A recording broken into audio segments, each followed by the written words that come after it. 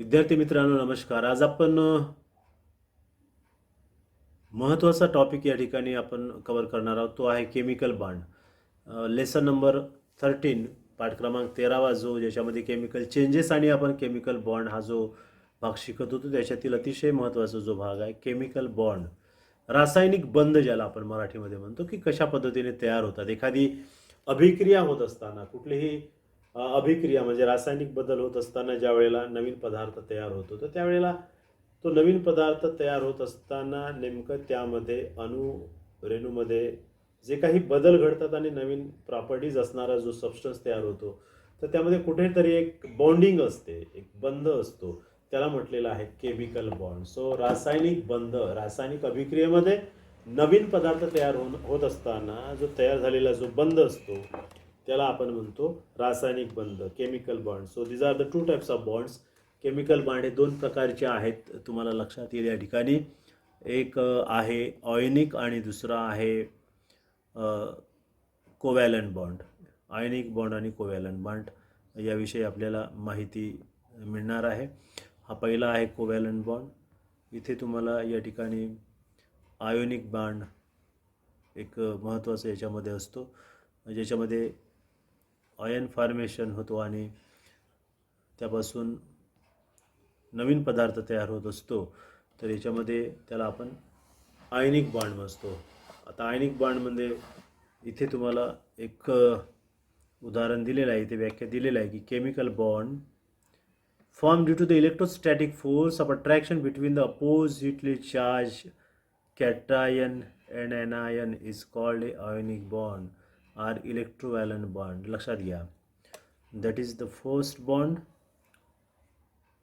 लक्षात ठेवायचं आहे ज्यामध्ये कॅटायन आणि ॲनायन, जिथे पॉझिटिव्ह आणि निगेटिव्ह आयन तयार होऊन जो बंध तयार होतो त्याला आयनिक बॉन्ड म्हणतात. आता पॉझिटिव्ह आयन म्हणजे जसं या ठिकाणी मिठाचं सूत्र आपल्याला माहीत आहे सर्वांना, जो आपण मीठ खातो तर त्या मिठाचं सूत्र सर्वांना माहीत आहे, NaCl ज्याला म्हणतो आपण.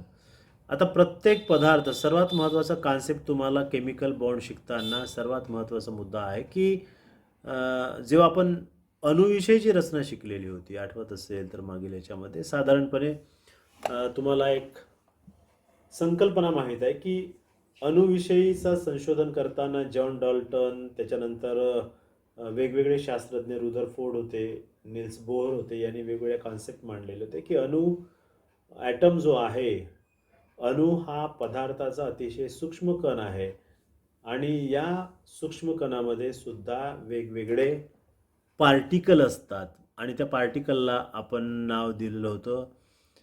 काय नाव दिलं होतं आठवते तुम्हाला? प्रोटॉन. लक्षात घ्या या ठिकाणी. तर प्रत्येक पदार्थ हा ॲटमनी आहे आणि ॲटमनी बनलेला आहे. ॲटम म्हणजे अणु. अणु म्हणजे काय मी परत सांगितलेलं आहे, it is a smallest particle, tiny particle of substance.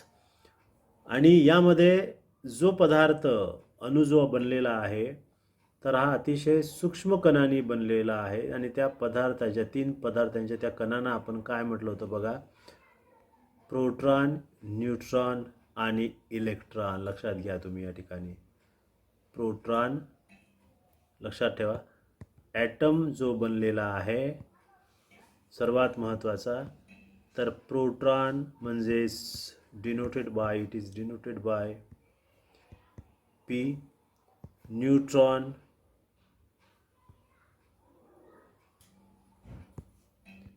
N and electron E. लक्षात घ्या.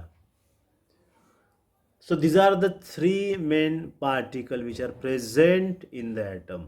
प्रत्येक पदार्थ जो बनलेला असतो या विश्वातील, every atom is made up of that three particles. So these are the basic concept. We can say it is the basic structure of an atom. आता अणूचा स्ट्रक्चर आपण थोडक्यात बघितलेला होता. आपल्याला माहीत असेल तर, आठवत असेल तर, अणू कशाने बनलेला आहे सांगितलं होतं तुम्हाला. तर अणूमध्ये तीन कण आपण बघितले. या तीन कणापैकी अणूच्या मध्यभागी जो असतो याला आपण न्यूक्लियस म्हणतो. जो न्यूक्लियस दोन पार्टिकलनी बनलेला आहे. ज्याच्यामध्ये प्रोटॉन पॉझिटिव्ह आयन आहे, न्यूट्रॉनवर चार्ज नाही. हे दोन कण प्रत्येक अणूच्या केंद्रभागी असतात, त्याला म्हणतात न्यूक्लियस, लक्षात ठेवा. आणि याच्या सभोवताल वेगवेगळ्या ऑर्बिट आहे, ज्याला आपण कक्षा म्हणतो. आता या कक्षा मी समजा वेगळ्या रंगाने दाखवतो तुम्हाला या ठिकाणी. तर अशा वेगवेगळ्या ऑर्बिट आहे. जसं आपण सूर्यमाला बघितली होती, तर सूर्यमालेमध्ये एकूण जसे सूर्याच्या सभोवताल फिरणारे आपण वेगवेगळे ग्रह पाहिलेले आहात, तर ते आपापल्या ऑर्बिटमध्ये फिरतात. सूर्याला जवळचा वेगवेगळा ग्रह, लांबचा ग्रह वेगवेगळ्या कक्षांमध्ये फिरणार आहे. तर या ठिकाणी लक्षात घ्या की जसं हा न्यूक्लियस आहे आणि मग हे वेगवेगळे ऑर्बिट आहेत, ज्याला आपण नाव देऊ KLMN ऑर्बिट आहेत, कक्षा आहेत. तर यामध्ये निगेटिव्ह चार्ज आयन, लक्षात ठेवा, इलेक्ट्रॉन फिरत असतात. लक्षात घ्या, इलेक्ट्रॉन, इथे इलेक्ट्रॉन असतात, इथे इलेक्ट्रॉन आहेत, इथे इलेक्ट्रॉन फिरत असतात, लक्षात घ्यायचं आहे. So all these are the electron having a negative charge. आणि हा जो न्यूक्लियस आहे, due to the proton it having a positive charge, and there is a negative and positive, that's why there is attraction between the electron and nucleus, लक्षात ठेवा. त्यामुळे हे सर्व जे न्यूक्लियस आहेत ना, या एकंदरीत न्यूक्लियसवर पॉझिटिव्ह प्रभाव असल्यामुळे याच्या सभोवताल फिरणाऱ्या ज्या कक्षांमध्ये इलेक्ट्रॉन आहेत, हे न्यूक्लियसच्या सभोवतालीच फिरत असतात. हा कॉन्सेप्ट आपण शिकलेला आहे मागच्या पाठामध्ये. आणि खास करून प्रत्येक ऑर्बिटमध्ये जी या ठिकाणी तुम्हाला कक्षा दिलेली आहे, शेल आहे, ती या प्रत्येक शेलमध्ये वेगवेगळ्या नंबर ऑफ इलेक्ट्रॉनची संख्या असते. जसं उदाहरणामध्ये पहिल्यामध्ये जास्तीत जास्त 2 इलेक्ट्रॉन, दुसऱ्यामध्ये त्यानंतर 8, 18, 32. ते हे संख्या आहे की या संख्येपेक्षा अधिक इलेक्ट्रॉन प्रत्येक कक्षांमध्ये राहू शकत नाही.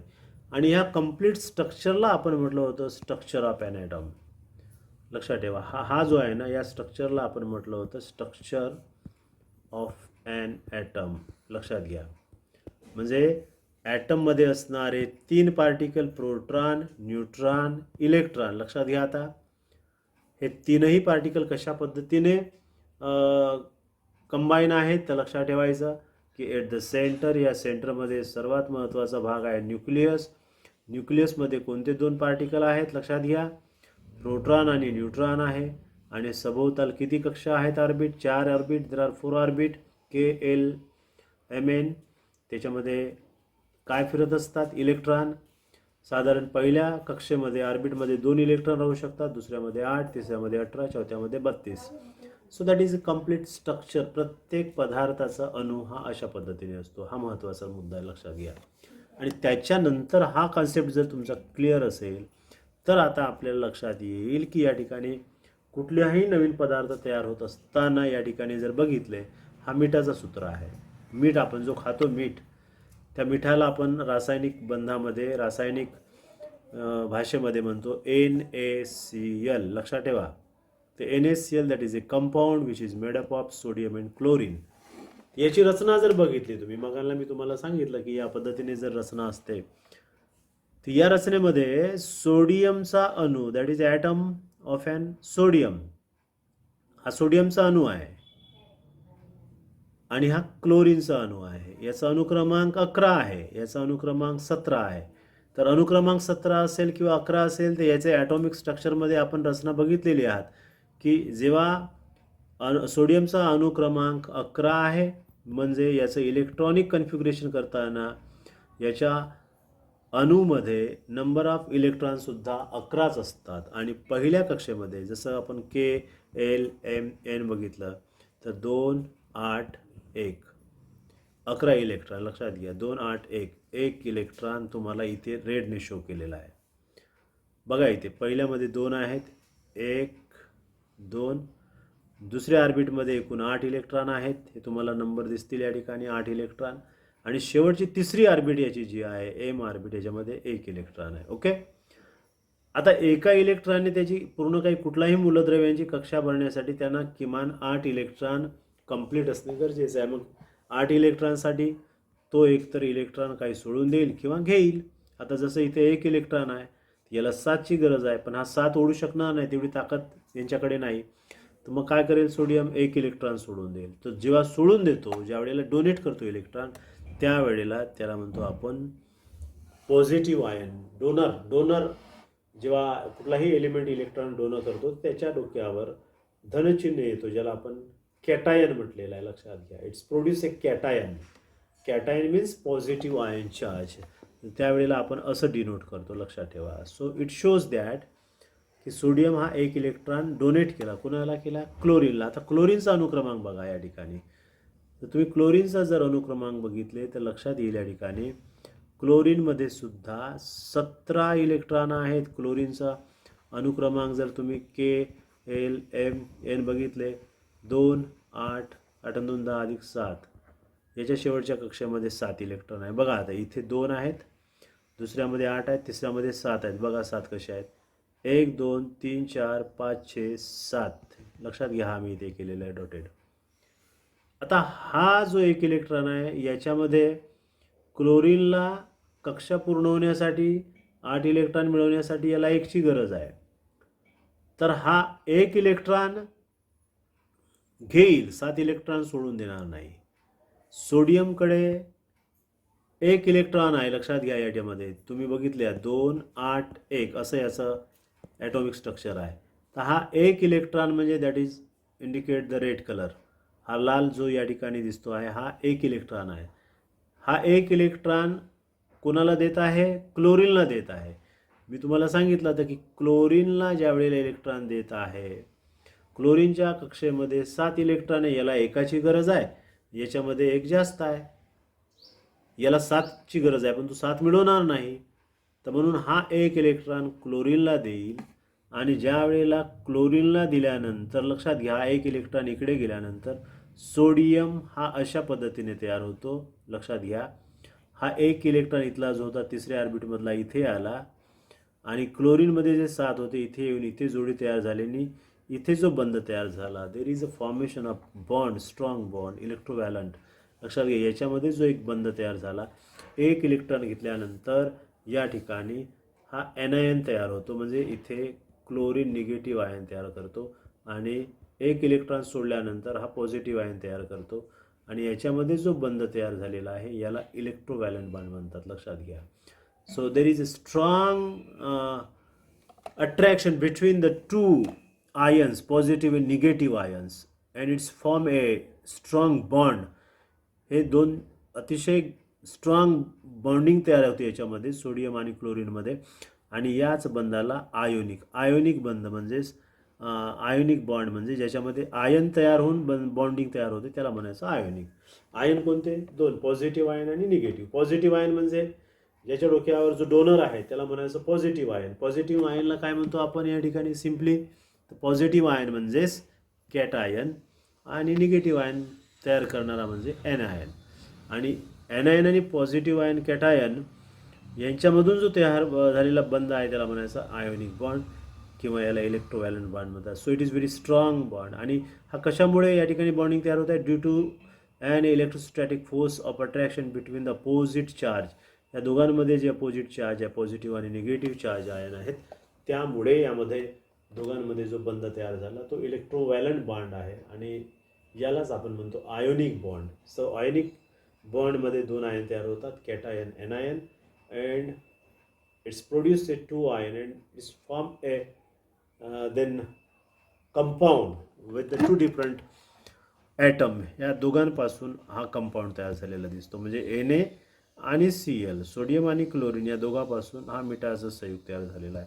So this is called a chemical bond, and it is type of first type, that is a ionic bond. Ionic bond हा पहिला प्रकार झाला. लक्षात घ्या, इथे वेगवेगळे उदाहरण दिलेले आहे तुम्हाला. जसं उदाहरण या ठिकाणी तुम्हाला इथे दिसतो आहे, फॉर्मेशन ऑफ कोवॅलंट बॉन्ड. आता दुसरा उदाहरण आपण बघूया, कोवॅलंट बॉन्ड. आता कोवॅलंट बॉन्ड आणि आयोनिक बॉन्डमध्ये फरक लक्षात घ्यायचा आहे. हे जे उदाहरण बघितले तुम्ही बघा या ठिकाणी, इथे मिठाचं उदाहरण पाहिलं आहे, NaClचं पहिला उदाहरण तुम्हाला दिसतो या ठिकाणी, हा पहिला उदाहरण.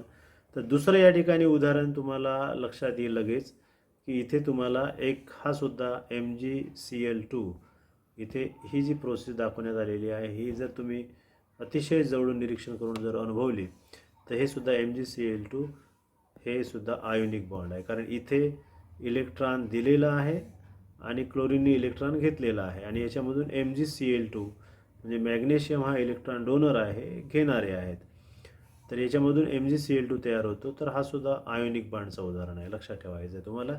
आणि त्याच्यानंतर दुसरा बॉन्ड जो आहे शेवटचा याच्यामध्ये कोव्हॅलंट बॉन्ड. तर कोव्हॅलंट बॉन्डची सिम्पली व्याख्या लक्षात ठेवायची आपल्याला आहे. This bond means chemical bond is form by the sharing of valency of electrons up to atom with each other. जो बॉन्ड आहे याच्यामध्ये कोव्हॅलंट बॉन्ड जो आहे इट इज व्हेरी सिम्पल, लक्षात ठेवायचं आहे.